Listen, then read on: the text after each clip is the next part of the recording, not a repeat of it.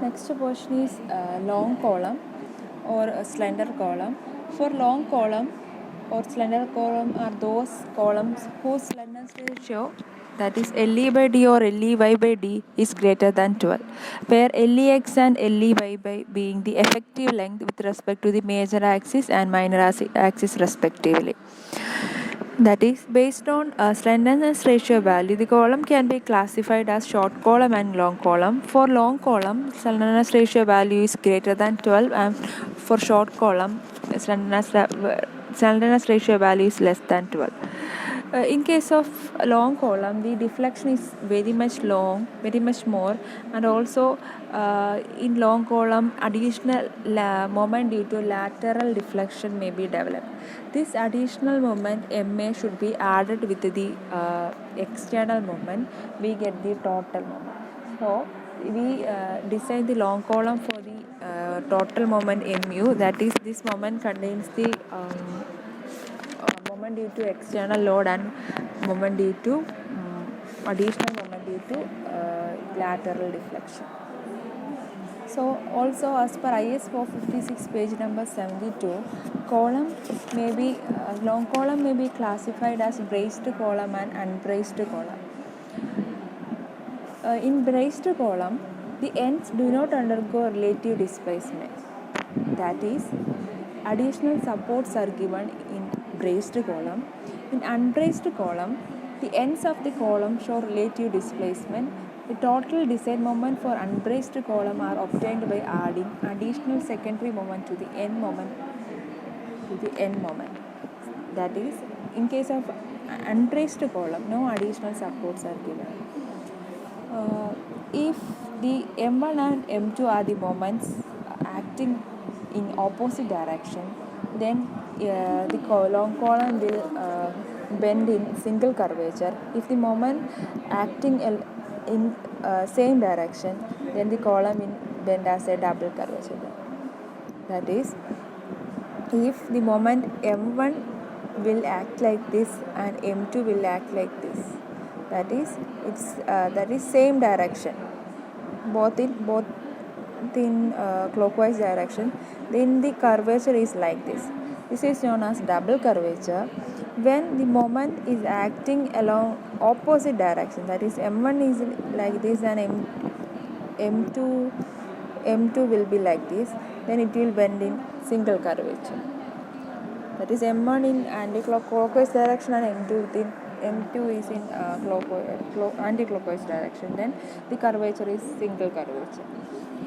Also, for long column, if PU is acting at an eccentricity E value from the centroid, and in case of long column, the bending will be more and it will create a lateral displacement. This lateral displacement causes additional bending moment, and the total bending moment acting on long column will be the sum of moment due to this external load. It will be denoted as initial moment Mi and the moment due to additional moment due to lateral displacement. So we have to design a long column for the total moment developed.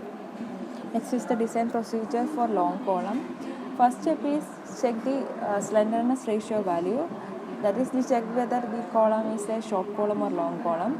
For we check the slenderness ratio along the x-axis and also in the y-axis should be always greater than or equal to 12. After determining the slenderness ratio value, then we move to second step. Second step is a calculation of secondary moment or additional moment. It is calculated based on IS 456 clause number 39, page number 71.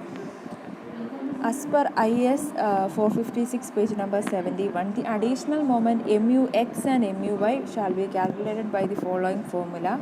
MUX is equal to PUD divided by 2000 into LEX by D the whole square, and MUY is equal to PUB divided by 2000 into LEY by B square.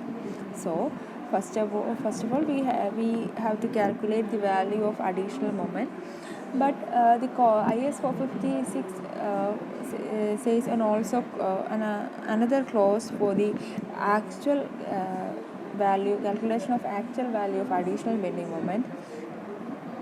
That is, the value of additional bending moment given in the equation may be multiplied by the factor k. This factor k is known as a reduction factor, and k is equal to PUZ minus PU divided by PUZ minus PB, to always less than or equal to 1, where PU is the factored load. PUZ can be calculated using the IS456 and PB can be calculated using SP60. That is, PUZ can be calculated using IS456 and PB can be calculated using SP60. So next step is to find out the reduction factor K. According to IS456, K is equal to PUZ minus PU divided by PUZ minus PB. Then PUZ from IS456 is, from this clause 39.6, PUZ is equal to 0.45 FCK AC plus 0.75 FI AC, where FCK is the characteristic compressive strength of concrete, AC is the area of concrete, 0.7 FI is the yield strength of steel, and AST is the area of steel. So by substituting all this value, we get the value of PUZ. Then next is the value of PB. PB can be calculated from SP16, page number 171, table 60. That is table 60. Heading is slender compression member values of PB. If our column is a rectangular section, then the PB is calculated based on this equation, and if it's a circular section, PB can be calculated based on this equation. By observing the equation, we can see that the equation containing two constants, that is K1 and K2. K1 and K2 will be calculated using this table. Value of K1 can be calculated from this table, and K2 can be calculated from this table. So by observing the table, it's clear that the K1 and K2 value is based on D dash by D value. So by calculating the D dash by D value, we can calculate the value of K1 and K2 easily from this table, and substitute the value of K1 and K2 for K2 in this equation, and we will get the value of PB. After knowing the value of PUZ, PU and PB, then we can calculate the value of K. K is the reduction factor. After calculating the value of K, we are going to next step, which is a calculation of reduced moment. So reduced additional moments is the actual additional moment, can be calculated by multiplying the K with MAX and MAY value we got in the step number 2. So for the step, we have to calculate the value of MAX bar and MAY bar. Next step is to find out the calculation of initial or primary moments. Primary moments are due to external moment or external load. It can be calculated from clause 39.7, page number 72, IS 456, note 2. That is, it is from this note, page number 72, IS 456.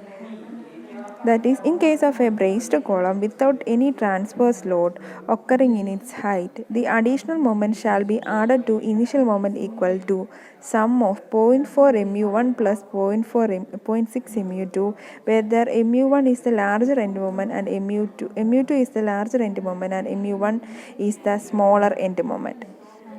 In no case shall the initial moment be less than 0.4 mu1 or total moment including initial moment less than mu2.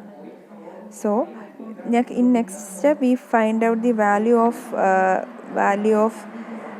MI, initial bending moment, as per clause 39.7.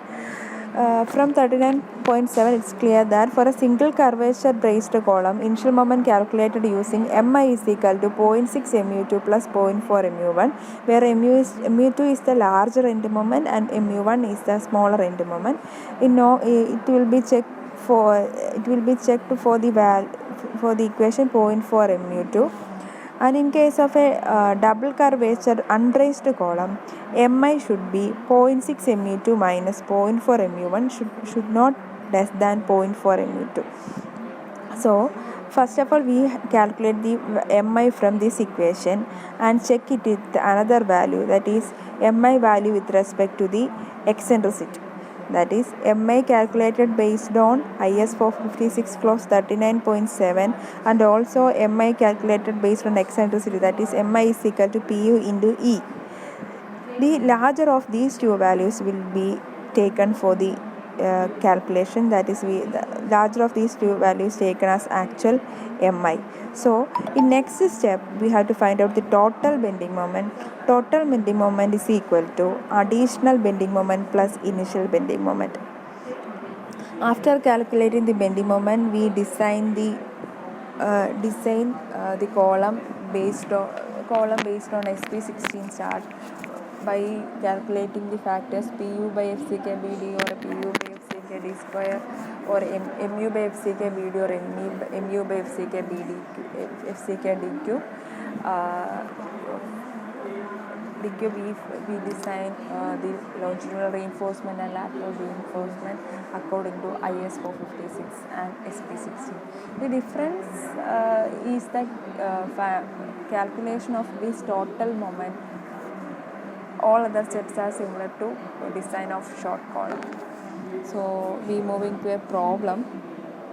Design a slender braced circular column under uniaxial bending with following data. Diameter of column is 400 mm, unsupported length is 7 meter, effective length is 6 meter, factor load pu 1200 kN, factored moment mu 75 kN at the top and 50 kN at the bottom. Assume single curvature. Use M20 concrete and Fe415C. So first of all, we have to write all the given data. That is, it is clear that it's a circular column, it's a slender column, circular column, braced column, and it is bent in single curvature. So we first of all we write the diameter, effective length, pu value, FCK value, and Fi value. Then we select the value of mu2 and mu1, where mu2 is the larger end moment and mu1 is the smaller end moment. It's a single curvature, that is it acts along opposite direction, that is we assume mu1 in clockwise direction, mu2 in clockwise direction and mu2 in anti-clockwise direction. So it is bent like this, that is in a single curvature. And next step is the calculation of additional bending moment. As per IS 456 page number 71, additional moment max is equal to PUD divided by 2000 into LEX by D whole square. By substituting the value of PUD LEX by D in this equation, we have to calculate the value of MAX. MAX is 54 kN. In first step, we check the column is a slender column or a short column. Can be checked using the slenderness ratio value. LDX by D. LDX by D is equal to 6000 divided by 400 is 15. So it's greater than, so it is a slender column. Next step, we calculate the additional bending moment using the IS 456 equation. So in next step, we calculate the reduction factor according to IS 456. K depends upon three value PU, PUZ and PB. PU is the ultimate load which is given in the question. Then we have to calculate the value of PUZ. PUZ is equal to 0.45 FCK AC plus 0.75 FI AAC. So to find out the value of ASG, that is the area of reinforcement, we have to assume a percentage of reinforcement, 2.5%. So in case of short column, we normally assume the value of percentage of reinforcement as 1.5%. Here it is a long column, so we assume the value as 2.5%. So we assume percentage of reinforcement at 2.5%. By substituting the value, we will get the value of AST or ASC as 3140 mm square. Then we find out the value of area of concrete by deducting the area of steel with the gross area. So we get the value of AC and substituting the value of AE, ASC, FCK, FI into the equation of PUZ. Then we will get the value of PUZ like this. So we need another value, that is PB. PB calculated based on SP16.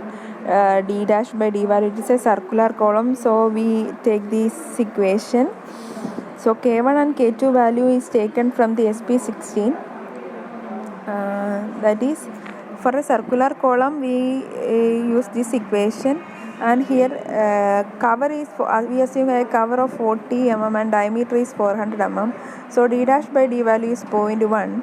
For a circular column, K1 value for D dash by D value 0.1 is 0.160, and for circular column D dash by D value, based on D dash by D value, K2 value is these three values. We always take the middle value, so we get the value of K1 and K2. K1 as 0.160 and K2 as 0.323. So by substituting the value of K1 and K2 in this equation, we get the value of PB.